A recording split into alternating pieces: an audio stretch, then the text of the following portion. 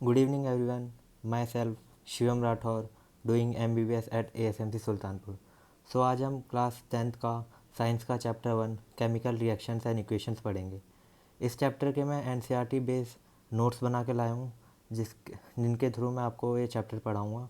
और पेपर में आप मेरे नोट्स के तरीके से लिख सकते हैं. पर हर कोई लेता है, पेपर में लिखने में दिक्कत आती है, वो आप मेरे नोट्स को देख के लिख सकते हैं.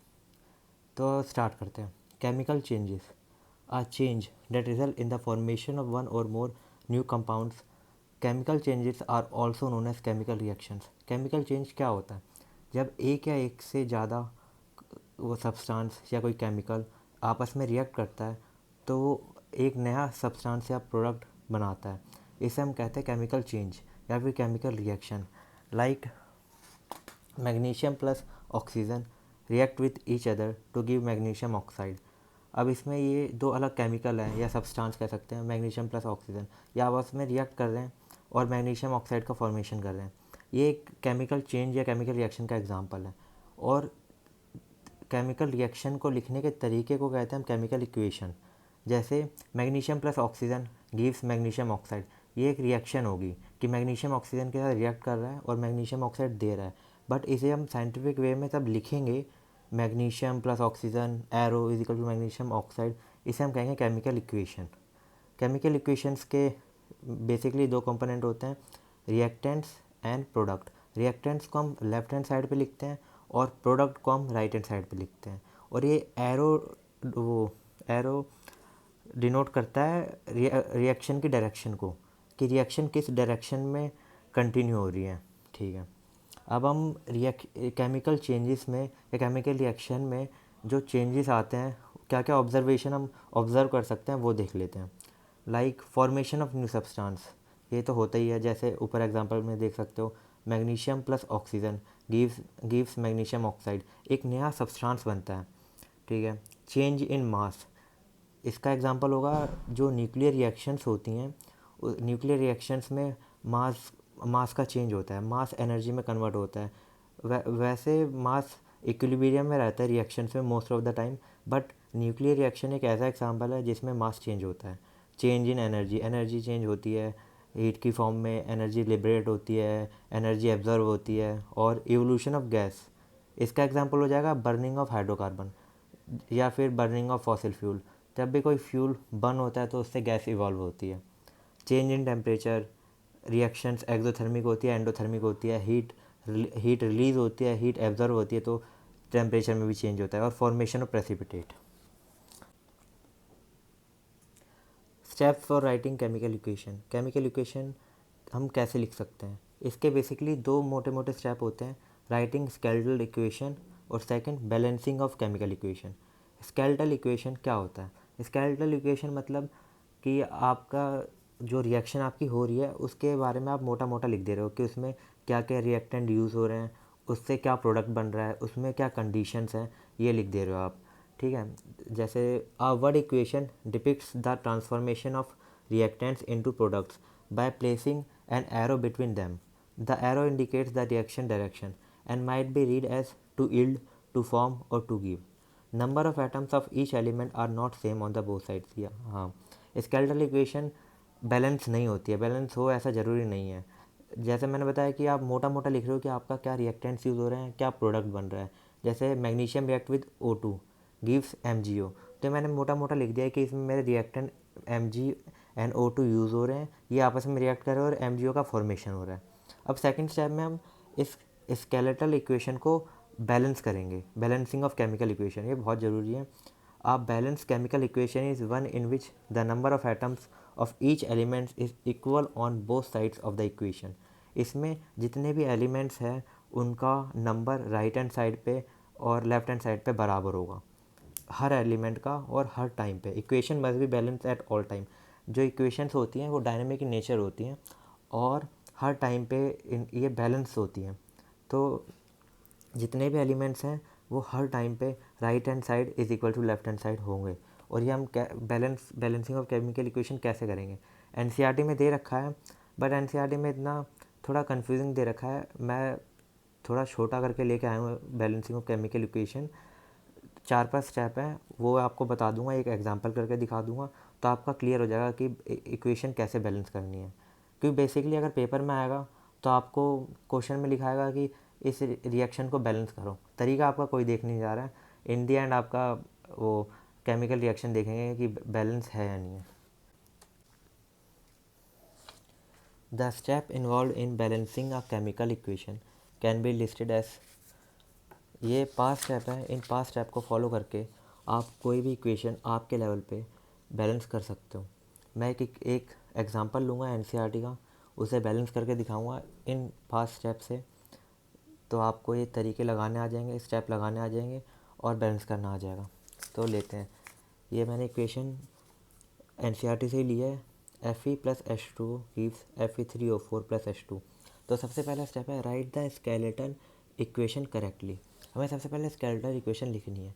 अगर क्वेश्चन में लिख रखा है कि आयरन रिएक्ट कर रहा है वाटर के साथ, तो मेक श्योर कि आप आयरन ही लिखोगे, आयरन की जगह कोई और एलिमेंट नहीं लिखोगे। स्केलेटन इक्वेशन का मतलब यही होता है कि बेसिक इक्वेशन आपको लिखनी है, वो बैलेंस नहीं हो, बैलेंस हो या ना उससे फ़र्क नहीं पड़ता है। अब step 2, start with the compound that has the maximum atoms or maximum types of atoms and the atoms present in it are balanced first। सबसे ऐसा हम कंपाउंड देखेंगे जिसमें सबसे ज़्यादा एटम्स हो, मैक्सिमम एटम्स हो या फिर मैक्सिमम टाइप्स के एटम हो। तो इस इक्वेशन में हमें ऐसा कंपाउंड दिख रहा है Fe3O4। इसमें 2 टाइप के एटम्स हैं और मैक्सिमम एटम्स भी है, 4 ऑक्सीजन के एटम है, 3 आयरन के एटम है।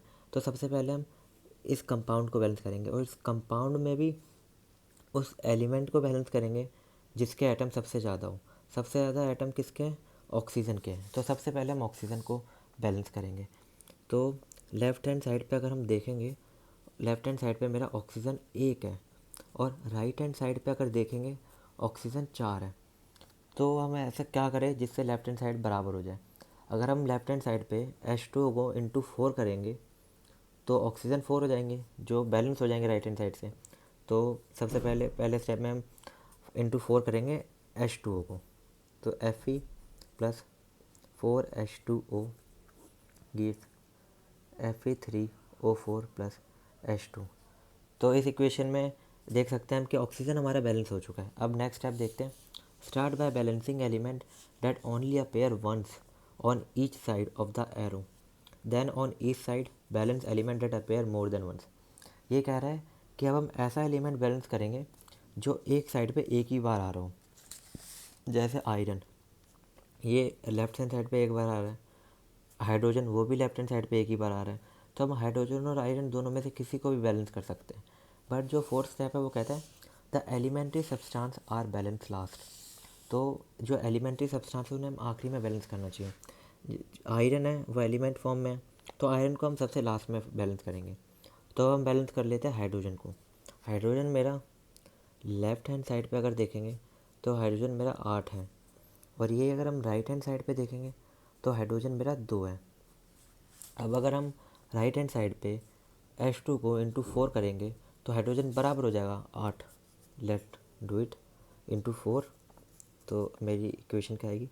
Fe+4H2O gives Fe3O4+4H2। अब ऐसे हम देख सकते हैं कि हाइड्रोजन भी बैलेंस हो चुका है। अब बचा क्या हमारा? आयरन। अब आयरन को बैलेंस करेंगे। आयरन मेरा लेफ्ट हैंड साइड पे आयरन मेरा है 1। यही अगर राइट हैंड साइड पे देखूँ मैं तो आयरन है मेरे पास 3। ठीक है, तो मैं लेफ्ट हैंड साइड पे इंटू 3 करूँगा तो बैलेंस हो जाएगा। Let do it, 3 Fe+4H2O gives Fe3O4+4H2। अब चेक कर लेते हैं एक बार। आयरन 3 एटम्स, 3, इधर ऑक्सीजन 8 है, सॉरी इधर ऑक्सीजन 4 है, इधर भी 4 है, इधर हाइड्रोजन 4 है, 8 है, इधर भी 8 है। तो ये हमारी बैलेंस हो चुकी है। अब आखिरी स्टेप क्या है? To make all coefficients whole number the entire equation is multiply by a suitable number if necessary. इसका मतलब ये है कि अगर हमारे पास कोई ऐसी इक्वेशन आती है जिसका कोफिशिएंट फ्रैक्शन में दे रखा है, लाइक 1/2 H2O, 3/2 O2, तो ऐसे इक्वेशन में हम ऐसे नंबर से मल्टीप्लाई करेंगे जो पूरी इक्वेशन को होल नंबर में कन्वर्ट कर देगा। लाइक अगर 3O2 दे रखा है और अगर मैं इसे इंटू 2 करूँगा तो ये 2 से 2 कट के 3O2 हो जाएगा, होल नंबर में आ जाएगा। तो इसका मतलब यही है, ठीक है। अब जो ये 5 स्टेप है ना, अगर आप तरीके से इन्हें लगाओगे तो आप अपने लेवल पे सारी इक्वेशन निकाल ले जाओगे, बैलेंस कर लोगे। और जब उसमें पेपर में आएगा, पेपर में क्वेश्चन क्या आएगा, बैलेंस द फॉलोइंग इक्वेशन, तो आपका तरीका कोई नहीं देख रहा है, इंडियन आपकी इक्वेशन देखी जाएगी बैलेंस है या नहीं है, और ये आप स्टेप भी लिख दोगे तो आपको पूरे नंबर मिलेंगे। Now let talk about types of reaction, किस किस तरीके की रिएक्शन होती हैं। एनसीईआरटी के बेसिस पे हम देखेंगे, एनसीईआरटी बेसिस पे नोट्स हैं मेरे प्रॉपर।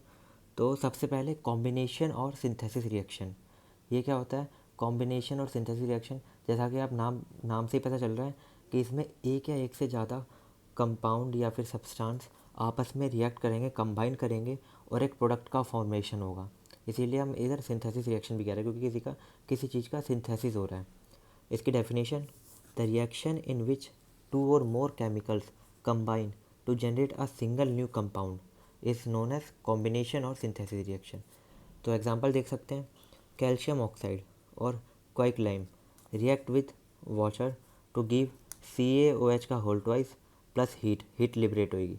इसमें मेरा ये एक कंपाउंड है कार्बन, वो कैल्शियम ऑक्साइड, ये वाटर के साथ रिएक्ट कर रहा है, कंबाइन कर रहा है टू फॉर्म स्लेट लाइम, ठीक है। ये एक एग्जांपल हो गया। अब कॉम्बिनेशन रिएक्शन के भी फर्दर टाइप्स होते हैं, टाइप्स ऑफ कॉम्बिनेशन रिएक्शन।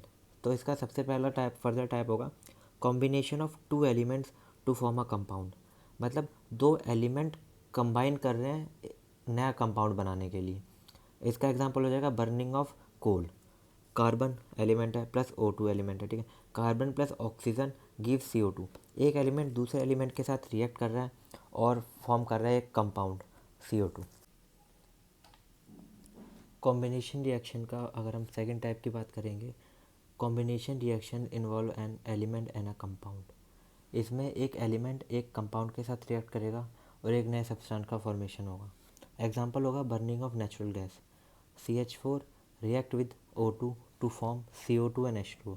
इसमें जो CH4 है वो एक कंपाउंड है और ऑक्सीजन एलिमेंट है, एक कंपाउंड एलिमेंट के साथ रिएक्ट कर रहा है, एक नए सब्सटेंस का फॉर्मेशन हो रहा है। ये एग्जांपल हो गया combination reaction involving an element and a compound. अगर हम इसके तीसरे टाइप की बात करेंगे कॉम्बिनेशन रिएक्शन की, तो हो जाएगा कॉम्बिनेशन रिएक्शन इन्वॉल्विंग 2 कंपाउंड्स, मतलब 2 कंपाउंड्स आपस में रिएक्ट करेंगे और एक नए कंपाउंड का फॉर्मेशन होगा। एग्जांपल होगा combination of ammonia and hydrogen chloride to produce ammonium chloride. NH3 react with HCl to form NH4Cl। तो इसमें ये अमोनिया एक कंपाउंड है, HCl भी एक कंपाउंड है, ये दोनों कंपाउंड कलरलेस कंपाउंड है, ये दोनों कंपाउंड मिलके एक नया कंपाउंड फॉर्मेशन करते हैं अमोनियम क्लोराइड का, जो कि वाइट कलर होता है।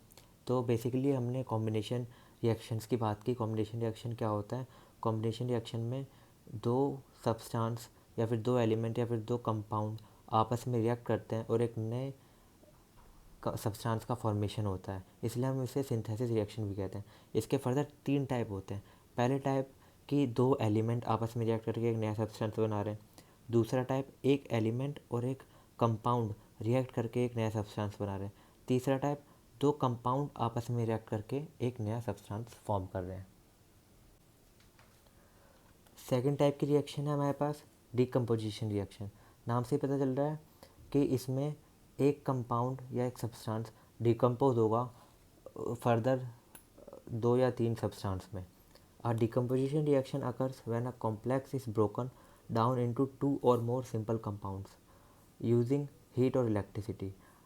एक कंपाउंड है, एक कॉम्प्लेक्स कंपाउंड है, उसका ब्रेक डाउन हो रहा है इनटू सिंपल 2 और मोर कंपोनेंट्स में इन द प्रेजेंस ऑफ हीट और इलेक्ट्रिसिटी। एग्जांपल बात करें, FeSO4 सॉलिड है, उसे हम अगर हीट प्रोवाइड करेंगे तो वो ब्रेक डाउन होगा Fe2O3 सॉलिड में और SO2 गैस में और SO3 गैस में।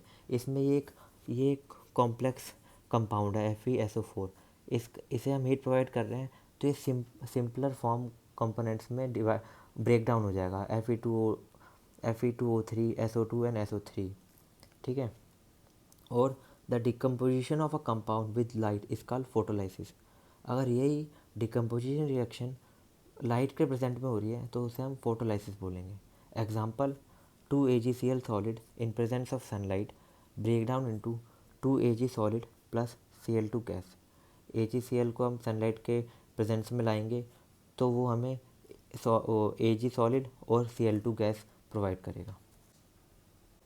अब टाइप्स ऑफ रिएक्शन में अगली रिएक्शन है तीसरी रिएक्शन डिस्प्लेसमेंट रिएक्शन और सब्स्टिट्यूशन रिएक्शन।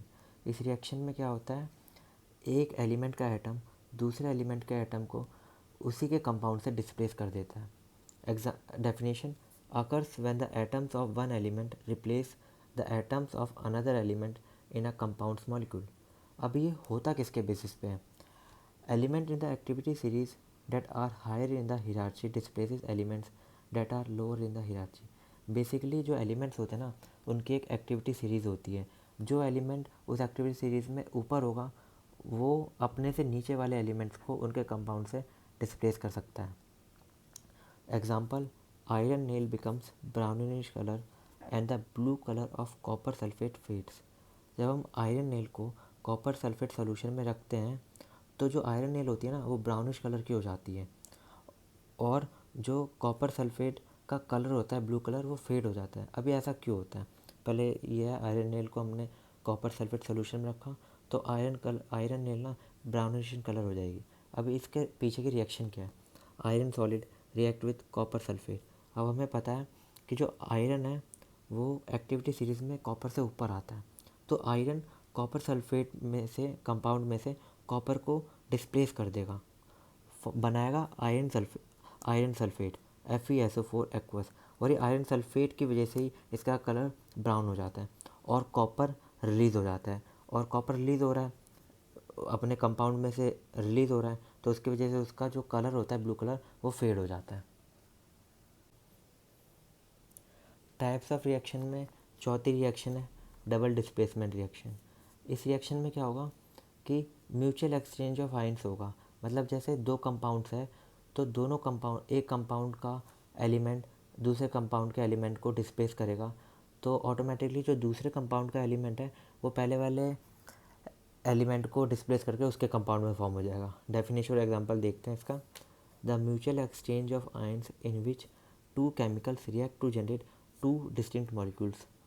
जैसा मैंने बताया कि एलिमेंट दूसरे एलिमेंट को डिस्प्लेस कर रहा है और दूसरा वाला पहले वाले को डिस्प्लेस कर रहा है तो दो नए कंपाउंड्स का फॉर्मेशन होगा। Example Na2SO4 aqueous sodium sulphate react with BaCl2 aqueous barium chloride to form BaSO4 solid barium sulphate and 2NaCl aqueous sodium chloride. इसमें सोडियम BaCl2 में से Ba को डिस्प्लेस करेगा और Cl के साथ रिएक्ट करेगा तो बना देगा NaCl।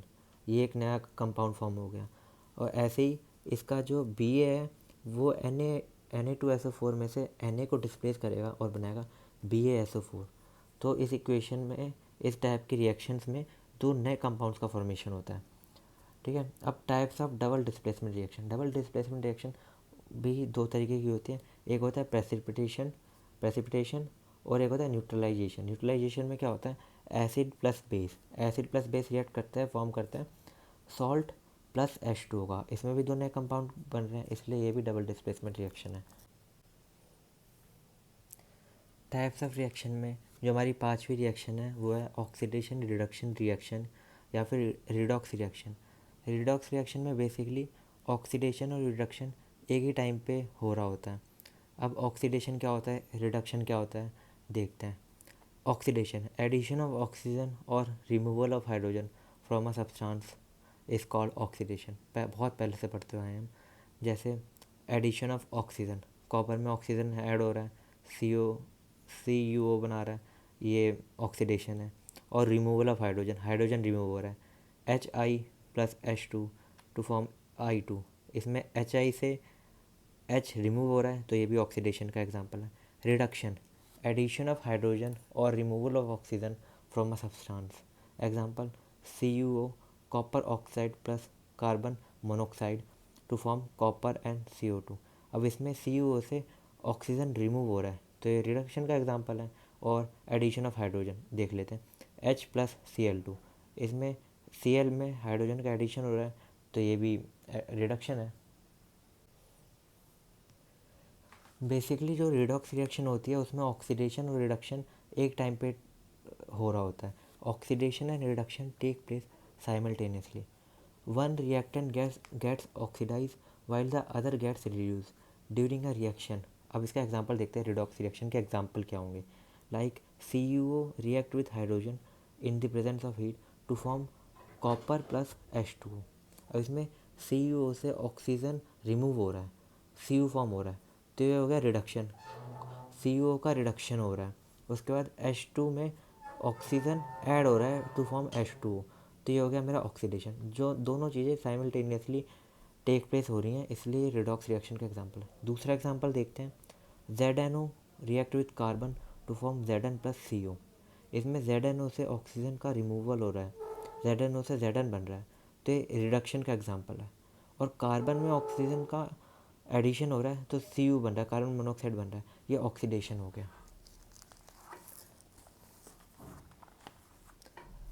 अब हम टाइप्स ऑफ रिएक्शन हमारा पूरा हो चुका है. अब हम चैप्टर में आखिरी के 2 टॉपिक्स बचे हैं. Effect of oxidation reactions in everyday life. सबसे पहले मतलब ऑक्सीडेशन रिएक्शंस का हमारी आम जिंदगी में क्या रोल है? तो कोरिजन कोरिजन बहुत आम फिनोमेना है. बहुत आपने देखा होगा, आप डेली लाइफ में इसे ऑब्ज़र्व काफ़ी जगह ऑब्ज़र्व कर सकते हैं. Corrosion when a metal is attacked by substance around it such as moisture, acids etcetera, it is said to be corrode and this process is called corrosion. मतलब आपके आसपास जो भी सब्सटेंस है, वो अगर जो इन्वायरमेंट में सब्सटेंस है उनके द्वारा उसके ऊपर अटैक हो रहा है या फिर उनके साथ वो रिएक्ट कर रहा है जिसकी वजह से वो डैमेज हो रहा है, तो उसे कोरिजन कहते हैं. जैसे अगर आपके पास कोई आयरन नेल है, वो मॉइस्चर में पड़ी है, इन्वायरमेंट में मॉइस्चर है, उस मॉइस्चर में H2 प्रेजेंट है, वाटर प्रेजेंट है, ऑक्सीजन प्रेजेंट है, तो वो उस आयरन नेल के साथ रिएक्ट करके उसे डैमेज करेंगे. ठीक है. और कोरिजन किसी भी सब्सटेंस का हो सकता है, बट अगर कोरिजन आयरन का हो रहा है तो उस केस में हम कहते हैं rusting of iron. In case of iron, corrosion is known as rusting of iron. ठीक है. अब और कोरिजन किसी भी टाइप का हो सकता है, जैसे black coating on silver and the green coating on copper are other examples of corrosion. तो कोरिजन किसी भी मेटल का हो सकता है, ये ज़रूरी नहीं है कि कोरिजन सिर्फ आयरन का ही होगा. अब इफ़ेक्ट ऑफ कोरिजन. कोरिजन के इफ़ेक्ट क्या होते हैं हमारे लाइफ में? Like causes damage to car bodies. जो कार बॉडीज़ होती हैं वो ओपन में रहती हैं हमेशा, वो रिएक्ट करती हैं, कोरोड हो जाती हैं, तो डैमेज होता है उनको. ठीक है. Damage to bridges. जितने भी ये बड़े बड़े ब्रिज होते हैं, आयरन के ब्रिज होते हैं, ये भी कॉरिड होते हैं, इन पे भी डैमेज लगता है. Iron Rayleigh's. Corrosion of iron serious problem. Corrosion of iron एक आम ज़िंदगी में बहुत बड़ी प्रॉब्लम है जिसका कोई सलूशन नहीं है, क्योंकि हम कुछ भी करें आयरन को कॉरिड होने से रोक नहीं सकते. उसकी लाइफ बढ़ा सकते हैं बट कम्प्लीटली प्रिवेंट नहीं कर सकते हैं. तो enormous amount of money is spend to replace damage iron. Effect of oxidation reaction in our daily life का ही सेकंड एग्जांपल है रेंसिडिटी या फिर बासीपन, जिसे हम बासीपन कहते हैं.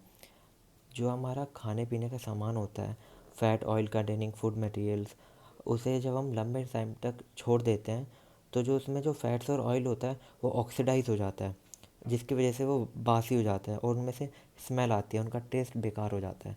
Fat oil containing food materials left for a long time. अगर हम उसे लंबे साइड तक छोड़ेंगे तो उसमें जो फैट्स एंड ऑयल्स प्रेजेंट होता है वो ऑक्सीडाइज हो जाएगा, जिसकी वजह से दे बिकम रेंसिड मतलब बासी बासी हो जाएगा वो. And their smell and taste changes. उनकी जो स्मेल है, गंध है, और जो उनका टेस्ट होता है वो भी चेंज हो जाता है. Usually substance which prevent oxidation antioxidants are add to foods containing fats and oils. जो सब खाने पीने का सामान होता है उनमें अगर उन्हें हमें रेंसिडिटी से बचाना है तो उनमें हम एंटीऑक्सीडेंट ऐड कर सकते हैं जो फैट्स और ऑयल्स का ऑक्सीडेशन होने से प्रिवेंट करेगा. या फिर हम एयर सील कंटेनर्स में खाने को पैक कर सकते हैं. Keeping food in air tight containers help to slow down oxidation. जितना भी ये पैकेट वाला फूड होता है ये बेसिकली इसीलिए पैकेट में पैक किया जाता है कि उसे रेंसिडिटी से प्रिवेंट किया जा सके. सो गाइज़, इधर ये चैप्टर पूरा हो चुका है. मुश्किल से 20 मिनट के आसपास की वीडियो बनेगी, हो सकता है कम की भी बने। तो बहुत एकदम प्रिसाइज़ करके इस चैप्टर नोट्स बना के लाया हूँ मैं एनसीईआरटी के। ये नोट्स आप एक बार पढ़ लोगे, ये वीडियो देखने के बाद एक बार ऊपर ऊपर से अगर आप एनसीईआरटी भी देख लोगे तो आपका चैप्टर तैयार हो जाएगा। बेसिकली पढ़ हर कोई लेता है, बट पेपर में लिखना किस तरीके से है वो बहुत बड़ी बात होती है। अब जैसे जो ये मेरे नोट्स हैं, आप ये डिट्टो आप यूज़ कर सकते हो अपने पेपर में लिखने के लिए।